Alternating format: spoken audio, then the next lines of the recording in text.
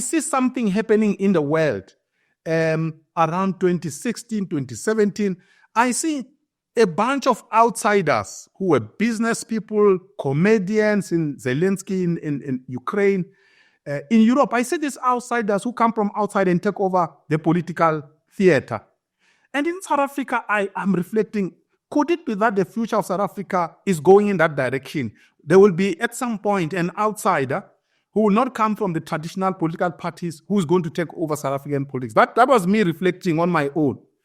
And then I see Herman, whom I had dismissed, by the way, before. I mean, he knows it, and everyone who knows me, they know.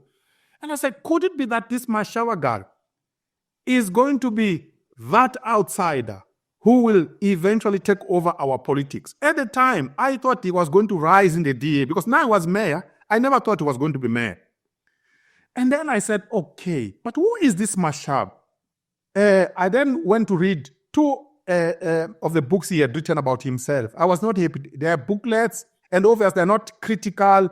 They are written in a man to promote himself. Then I said, no. I need to investigate and write a book about this guy, a proper biography, so that if it ever happens for him to take over our South African politics in line with what I'm seeing in the world, at least there will be a book that will tell the public who this guy is.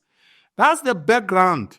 And then I began to look for his numbers and I approached him. This is 2018 when I approached him. In fact, at the time, by the way, there were not even problems, as far as I was aware, between him and the DA. I thought it was comfortable, and I thought it was going to go far in the DA. So I went to him. I said, hey, there is a phenomenon that I'm seeing in the world, this and that and that. You are of interest to me. I want to write a biography about you.